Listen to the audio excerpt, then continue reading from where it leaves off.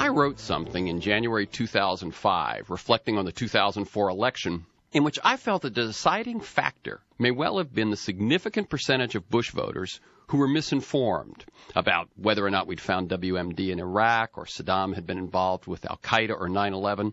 I drew a bigger lesson from this triumph of ignorance. This is what I wrote. Quote, "For a system or an organism to thrive and evolve, intelligence should offer guidance and direction. With unprecedented technological power, humanity now more than ever needs intelligent direction. Yet intelligence is not in the driver's seat, at least not in America, still the world's most powerful entity. It is underperforming and under siege. Losing out to ignorance, greed, ideology, cleverness is not an option. The stakes are too high, whether in war, terror, or environmental catastrophe. Now, it strikes me that intelligence has been defined by so many as just cognitive, brainiac intelligence, and that we need to create a more robust definition that includes emotional, physical, spiritual, intuitive intelligence, so that intelligence can connect with and engage the greater society. So then I started seeking out guests with something to say about these and related issues, such as the roles of religion and science in society.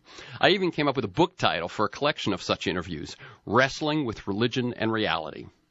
In preparing to interview today's guest, Stuart Kauffman, I got truly excited that in his thinking and in his new book, Reinventing the Sacred, A New View of Science, Reason, and Religion, he has pulled together some very big ideas that go a long way to making sense of the largest dilemmas we face, and that he envisions a way forward that might restore our chances for success.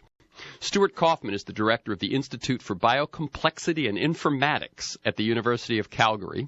He's a MacArthur Fellow and an external professor at the Santa Fe Institute.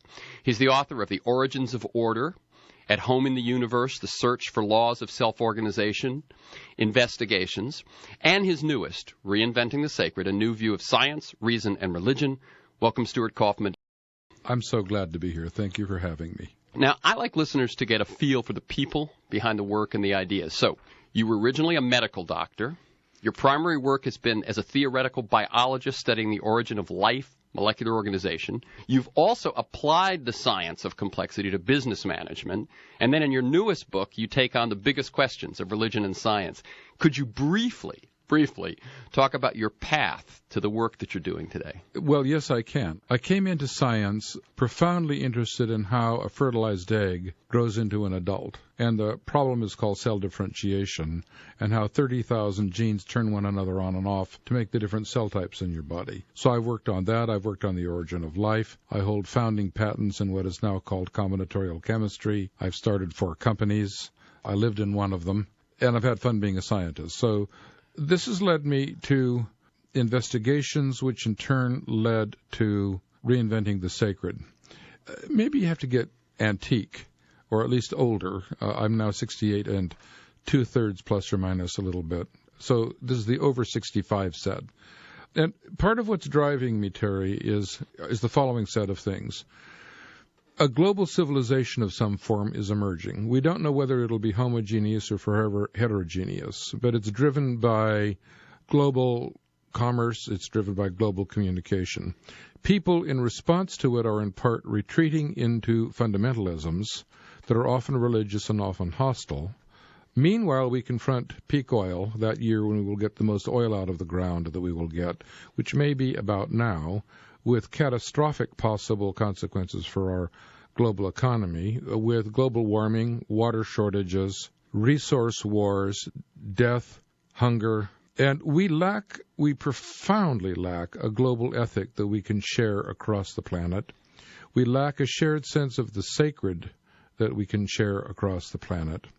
And I think we've got to find it. And my book, Reinventing the Sacred, is my best shot at it. And in the first lines of your book, I'm going to read. The title of this book, Reinventing the Sacred, states its aim: I will present a new view of a fully natural God and of the sacred based on a new emerging scientific worldview. And then you say, this new worldview reaches further than science itself and invites this new view of God, the sacred, and ourselves, ultimately including our science, art, ethics, politics, and spirituality. Ambitious. What is that new worldview, and what is the worldview it's replacing? Can we start with the second? Yes. Okay. the view that it is replacing with the cautionary note of a scientist that I may be wrong. Okay? Excellent. All scientists are taught to say that because otherwise you get in trouble. And I may be wrong, but I don't think I am. We'll see when we get to the crux spot, if we get there. So it really comes from Descartes, Galileo, Newton, Einstein, Schrödinger, okay, and was best stated by a French mathematician, Simon Pierre Laplace, in Napoleon's time, who said, if there were a superb intelligence, not meaning God, just a superb intelligence, that knew the positions and the velocities and the masses of all the particles in the universe, then using Newton's laws, that intelligence could compute the entire future and the entire past of the universe. The past because Newton's laws are time reversible. Now, there are three aspects of this reductionistic worldview. For some people probably hearing that, there were a lot of things in that. One of them was, it was the location and velocity of all the particles in the universe. All the particles. Okay. All the particles. Absolutely essential. Thanks, Terry. So there are three aspects to this reductionism. The first is that everything is deterministic. That is to say, if you start things the same way, the same things will happen. And that comes from Newton's laws, which are deterministic. Well, within a century, quantum mechanics called that into question with the famous Copenhagen interpretation and what's called the Born rule, where things are probabilistic, and Einstein was upset with God playing dice with the universe. The second, which is the broadest in our Western world view, is what I'm about to tell you. It is the view that everything that happens in the universe is describable by natural law. I think that's wrong.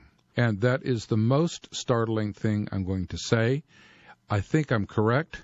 I think it requires examination. If I'm right, it changes huge tracts of our view of the world.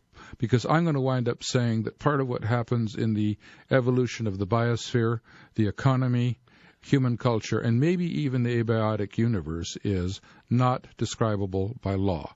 Instead, there's an endless creativity. Again, to emphasize some of the nuances here, a lot of people, it seems to me, in fact, I've interviewed many of them over the years because it's something I'm looking at, will point out the first problem in that worldview, which is that the reductionist thing, that everything went according to Newton's laws. And then you say, well, what about quantum physics? What about relativity? And so that one's out there.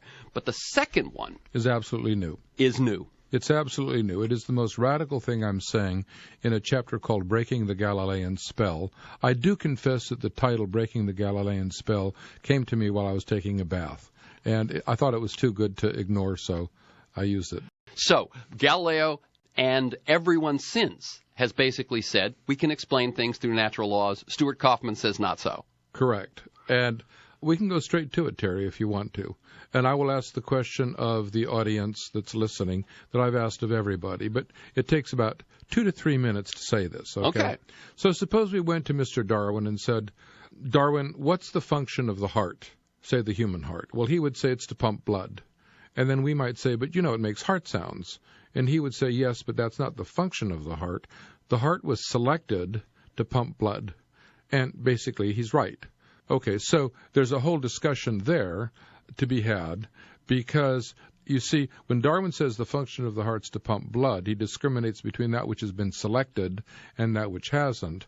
And the physicist can't do that. The physicist can talk about what is, but not a subset of the causal consequences of what is, namely pumping blood as opposed to making heart sounds. And that's part of the argument that biology is emergent with respect to physics. You said pumping blood, everyone thinks, okay, that's what the heart's for. Then you say heart sounds. When you select that, heart sounds, you just mean something else that the heart does or something else that happens if it's a heart, correct, but not the thing that we seem to focus on. Exactly so. Okay. Another example is that when your heart pumps blood, water in your pericardial sac that holds the heart wiggles. Well, that isn't the function of the heart either. It's not about wiggling. It's not about wiggling. Okay. Jiggling would be more scientific. So here was Darwin's next wonderful idea. He said, you know what? I bet there are properties of, say, organs, like hearts, of no use whatsoever in the current environment, like jiggling water in the pericardial sac or making heart sounds, that might turn out to be useful in some quite different selective environment. So that's called now a Darwinian pre-adaptation, and famous Stephen Jay Gould called them exaptations, but it's the same idea. There's pre-adaptation, something that existed and was an adaptation to an environment that organism or organ wasn't in at the time. That's correct. And there is no notion in the phrase pre-adaptation of a designer, creator, God, intelligent design, or anything. It's just there. Okay. Now, I'm going to give a couple of examples. The first I'm going to talk about is something called a swim bladder. Some fish have an organ called a swim bladder. It's partially filled with air, partially filled with water. The amount of water in the swim bladder adjusts neutral buoyancy in the water column and keeps the fish turned upright. Okay? Here's how paleontologists believe that the swim bladder arose. So there are fish that have lungs. They're called lungfish. The thought is that water got into the lungs of the lungfish. Now you have a sac with air and water in it. It's on its way to becoming a swim bladder. Okay? So that's a Darwinian pre-adaptation.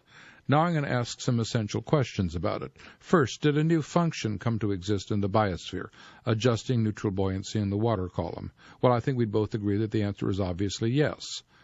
Second, did it have an effect on the evolution of the biosphere? Sure, new species, new proteins, new molecules, so it had causal consequences. Now's my big question. I'm going to ask you, Terry. Okay. Ready? Do you think, honestly, that you could say ahead of time all possible Darwinian pre-adaptations for all organisms or, say, just for human beings? No. In other words, you're saying, could I sit here now and tell you everything that is a descriptor or a function or something within us that we aren't using yet? Is that what you're saying? That might turn out.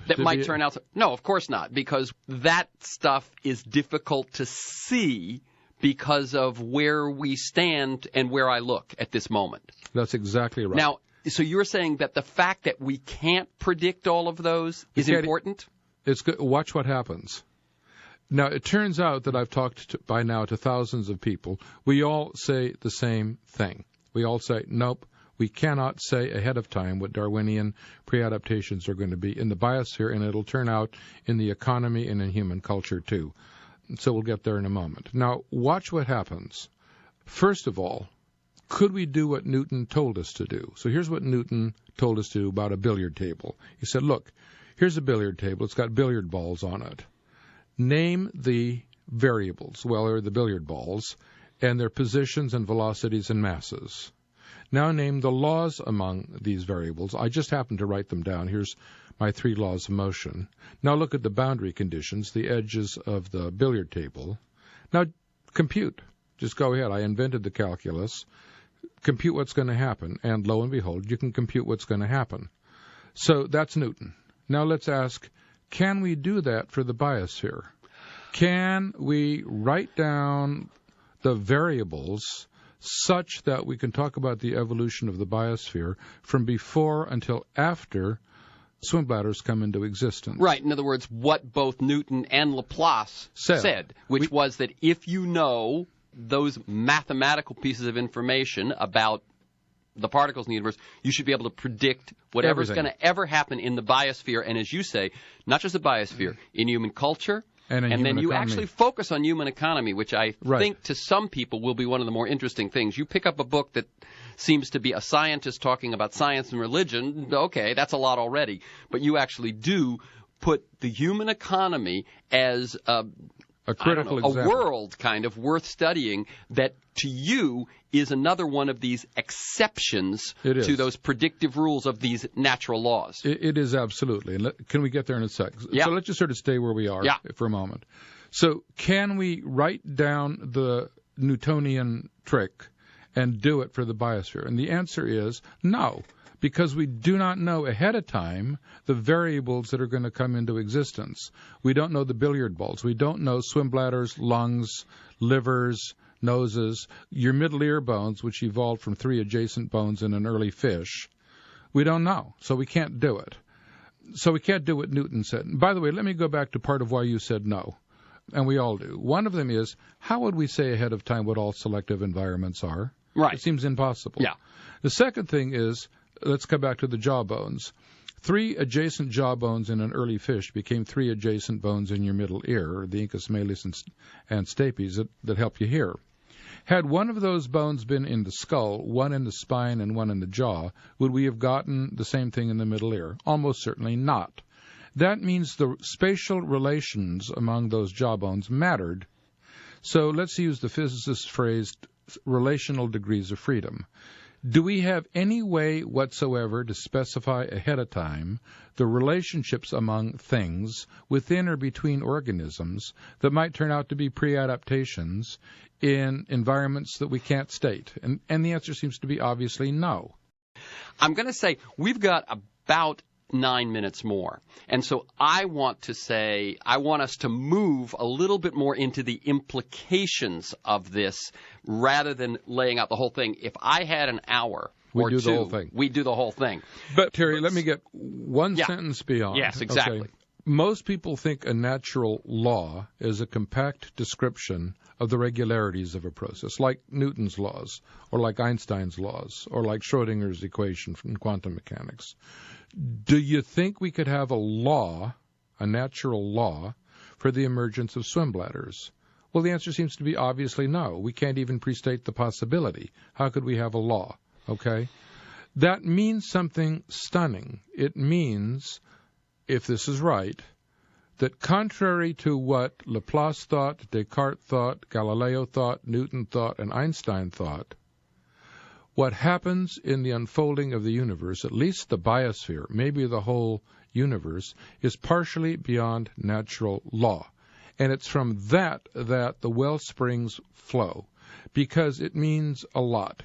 Well, let me just say one of the things that I take it to mean, and tell me if I'm right. Once there's something you call agency. Yep. And agency has something to do with will. It has something to do with choice. And once that emerges, then all that stuff that applied to billiard balls doesn't apply anymore. And one of the key things you say is the thing we were just talking about. You cannot predict all of that. And, that's right. and the fact that there is agency, that there is choice, and choice, I don't mean to say conscious choice, right? In other words, life has an agency that still defies prediction. That's right. We cannot predict how the biosphere is going to evolve. We just can't. And why is that so critical? And what are the implications of that? Well, the same thing's true in the economy. So I don't have time to tell you the story of the invention of the tractor, but it involves a similar... Well, let me see if I can do it quickly again, because okay. I tried to figure it out. Basically, the tractor had an engine case, right? Yep. That was too heavy for the ways they thought of putting it together. Well, they were trying to put it on a chassis that would hold it, and it kept breaking chassis. Right. And finally, one of the engineers said, you know what? The engine block is so big and rigid, we can use the engine block itself as the chassis and hang everything off the engine block. And that's how tractors are made. Right. That's a Darwinian pre-adaptation. It's a causal... The rigidity and weight of the chassis, which looked like a problem, actually was an opportunity. Of the engine block. Right. Right. And in fact, most inventions are used for purposes besides that for which they were invented. For example, when the computer was invented, nobody foresaw Facebook, right? I pick Facebook because it's the height of Western civilization. So what this means is that the same thing is true for the evolution of our economy and culture. It's not describable entirely by natural law. That means, and one of the ways that you say, one of the key things there that I get from that is, how do you know something cannot be explained by natural law is if you cannot predict it from what you know right now. Right. Okay. Now, let's look at consequence number 1. The highest virtue, human virtue of the Enlightenment that we all love is reason. But what I just told you is we really don't know. In fact, I just talked to Jan Rivkin, who's in charge of teaching strategy at Harvard Business School, and he said, you know what? We have no methodology whatsoever. We just give them a lot of hard problems and hope they get good at it. And business people are precisely people who are trying to figure out what to do in a world when they don't know. That means that reason, our beloved reason, is an insufficient guide for living our lives. We need emotion, we need intuition, we need metaphor, we need story, we need whatever we can bring to bear that we've evolved over the last 3 billion years to manage to live our lives. I think, Terry, this means something enormous. It means that we have to re-understand our integrated humanity. We don't understand it. And that's why I say at the beginning of the book, this goes way beyond science. It involves art, politics, plumbing, the law, radio interviews, and if I may, everything. It goes to that thing that I said at the top, doesn't Absolutely. it? In Absolutely. other words, that's why when I read, when I started reading your stuff, I got so excited, which is that if, as I've seen happen in American society, if intelligence is just rationality, it's insufficient. Then it's easy to attack. Right. And what ends up happening is we then throw out the baby with the bathwater with people who sort of turn their back on rationality. What you're saying is that's because it isn't all that's going on. It isn't all that we have at our resource, with or without the words of a holy book or not. That's right. So we have to re-understand and reintegrate our entire humanity. I truthfully believe we need a new enlightenment because, and then I want to get to God. Very good. But let me say this about the enlightenment, or a new enlightenment. We have to understand, if what we've said is correct, Terry, about partial lawlessness, then the view that we've had in the West is about reductionism and explaining everything is wrong. We have to understand what it is to be human in a world where in part we have laws, but in part we don't have it and we don't know. What does it mean to be fully human and make our way? So that's a huge topic, and it's going to take a long time to understand it. Now, if I may, let me turn to God. How many gods have we worshipped in the last 100,000 years? Lots. Many. At least 7. Have our ideas about our Abrahamic God changed in the last 4,500 years? Well, Yahweh was a tough God. He was a warrior, law-giving God. And the New Testament, the God of love, the God of compassion and mercy. The New Testament is the God of love. I think God is a symbol that humanity has invented. And I think it is our choice whether or not we wish to use that symbol in a new way and reinvent God. And here's what I think we should think about. In place of law, in the becoming of the biosphere and human civilization, and maybe the whole universe, there is an incredible and ceaseless creativity. Let's distinguish between the creator God and the creativity of that God. Do we need the creator God anymore? I say we don't. We need the creativity. And we've got the creativity. It's here in this boundless creativity. We are children of this creativity. I'm going to tell one personal story that I think brings it home. I was sitting in my house up in Canada, and there's a hillside and a river right next to us. The hillside is covered with spruce and fir. And I looked at the spruce and fir, and I said, I could cut that down if I wanted to. But in my sense of God, that spruce and fir forest is God's work. How dare I? I'd better have a very good reason. Then I looked at the river, and I said, I could dam that river if I wanted to. But that's God's work. I'd better have a very good reason. You see, I think this view of God invites a sense of the sacred. The sacred becomes all of life on the planet. Including us. Including us. That sits there and considers cutting down that forest or damming that Become river. part of the sacred. You, in your creative response to the question you yourself raised, then your perception, and then your feeling, and then your resonance, and then your emotion, and then all of those things that went into that moment, that is part of the creativity, and that is God. That's right. In this view, we're not made in God's image. We, too, are God. But so is the worm, the butterfly, the tree, and the planet. And that God is the endless, boundless, continuous creativity of existence, or of life. Of existence and of the natural world. So then the hope is we can get from a sense of the sacred to a global ethic that can guide us in the face of peak oil, water resources being limited, global warming, a global civilization. We have to do it, Terry. We're killing one another. That's right. Our creativity is what has created the problems that we face. Exactly. In other words, it was our creativity that discovered the value of oil. It was our creativity that created the Internet. It was our creativity that found the value of hygiene and thus led to enormous populations. And it is our creativity that must get us out of this, and that's the role of God. I got to wrap it up. The book is Reinventing the Sacred, a new view of science, reason, and religion. You can learn more by going to theedge.org, edge.org, and then looking for Stuart Kauffman, Kauffman, or his particular essay, Breaking the Galilean Spell. Thank you, Stuart Kauffman. Keep up the good work. Thank you so much.